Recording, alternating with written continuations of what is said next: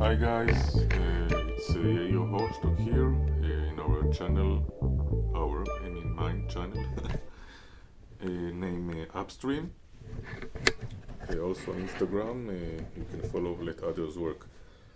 So today our story is about an experience that I had in China when I was traveling. It was February 2014. I just landed in Guangzhou, a city that it's not very easy for tourists. As you know, Chinese people, they eat anything that moves. For some people that are vegan or have a lot of awareness about animal rights, it's not the best place.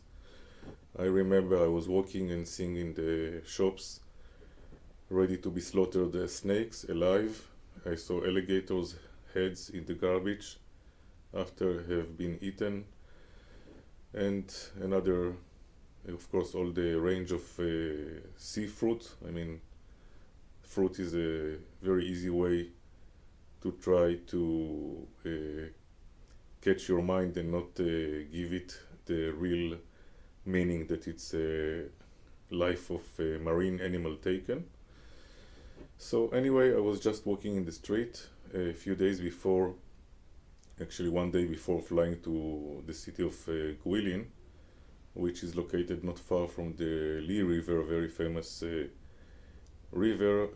Along there is a lot of very unique cliff from limestone, so it's pretty much tourist destination. So I was just walking in the street, and then in Guangzhou, somewhere around the market, and then I noticed some people gathering in a place. So of course, as a tourist, I was pretty much interested to see why people are getting around something. So when I came just nearby, I could notice there is a cage on the floor, and it looks like some kind of mouse or even rat that is getting some electrical shocks, and the guy actually is demonstrating kind of a mouse cage, electronic cage or something like this. Of course, as a vegan and animal rights activist, in these years I was quite, even you could say, radical. So I just got more and more close, and I was shocked to see this miserable mouse or rat or whatever suffer from getting electrical shocks, and the people are of course amused. I don't make any illusion to myself or to others. I still, like I say it with the whole meaning that mankind is the most evil creature ever stepped on this planet, and I really hope someday they will be extincted. I myself am child-free by choice, or what you call anti-natalist, so it explains a lot. Anyway, I just asked the guy, maybe he wants to sell this mouse, and he agreed, and he said the price. It was 100 yuan. It's not so little money, but still, I felt that in a Buddhist way or something, my karma is to save this miserable mouse. So I just gave him the money, and I came to take this mouse. Everybody was, of course, was laughing about this weird, huge, tall, white tourist that is ready to pay 100 yuan for this small mouse. But then suddenly it occurred to the owner that is selling the demonstration tool, which is using all the time to sell.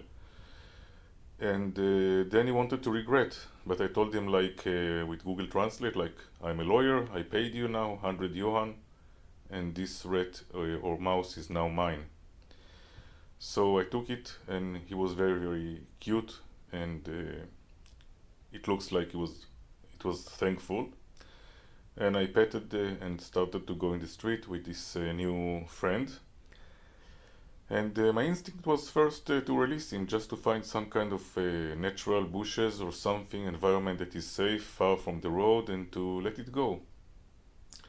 So I tried, but then I see that actually the mouse doesn't want to leave me. He's used people, he's signatured, he's stamped. The Pavlov experience. So I really noticed that he prefer even to have shocks or something, but he knows that he will get also food. Anyway, he stayed with me, and I just continued to another temple. Later you can see this in the pictures. And all the tourists were very, very much amused to see me with this creature, and they took some pictures of me. And then I went to the temple, and on the side I just put gently the mouse, which in the evening was discovered to be red after I compared the colors and everything. So I just gave him some sweet potatoes and lychee, and he was very much grateful and eating.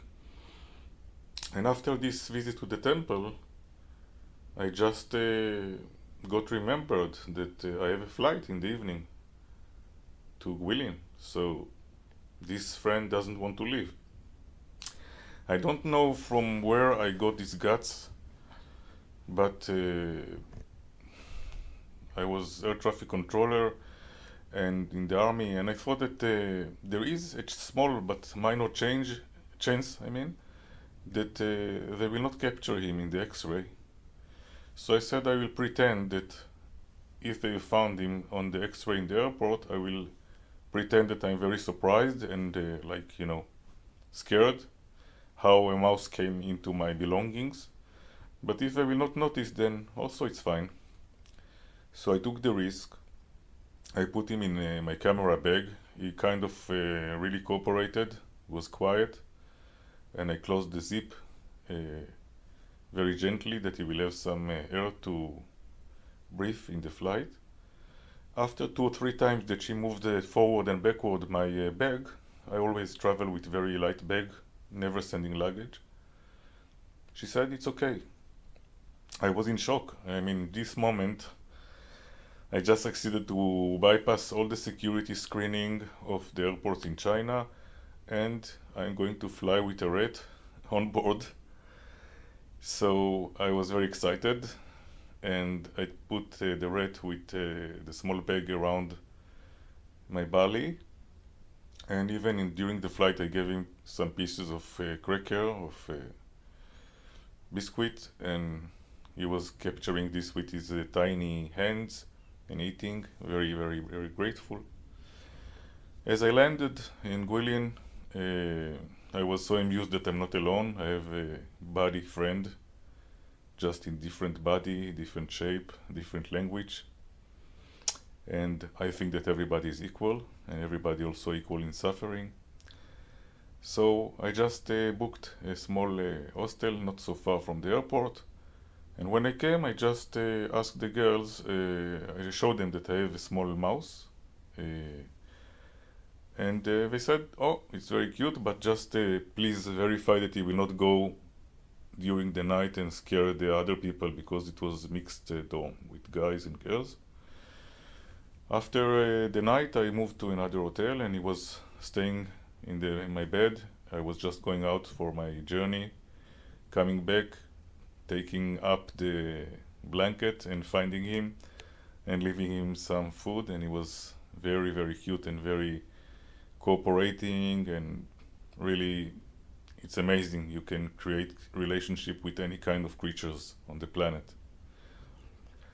So it was like a week that he was my best friend, and then I found 2 Australian guys in the hostel where I was staying in single room, and then they told me there is a possibility to go together on the next day to a boat trip on the Lee River to see the mist, foggy limestone cliffs along the river, the bank of the river, which is amazing view. So we scheduled, and in the morning I called the mouse, I found to be rat, but I called him Mousein. Mousein, it means, because I thought at the beginning at first that he's a mouse. Also it sounds like Mao Zedong, the fucking dictator. And also it sounds like mouse and sin. Sin is the Hebrew name for China. Anyway, when we came to board to the boat, he was still in my pocket and eating some green leaves or something. And after I board the boat, I noticed that he's not with me anymore. So I understood that probably he got scared seeing that we're going to be on board in the middle of the river, and he decided to stay somewhere in the village. So it was a little, you know, some sharp cutting moment in my heart that we didn't say goodbye, but actually I was very much thankful and happy that I could be a part of this creature life and to save his life from stupid human beings. And also it was kind of a very small village, so I was quite sure that he will find enough foods and new friends or family, and my role in its life was over. You can see along this podcast that I will post soon all the videos maybe or some photos that are a part of this story. Thank you for listening and have a great night. It's me, Yair. Good night from Tbilisi.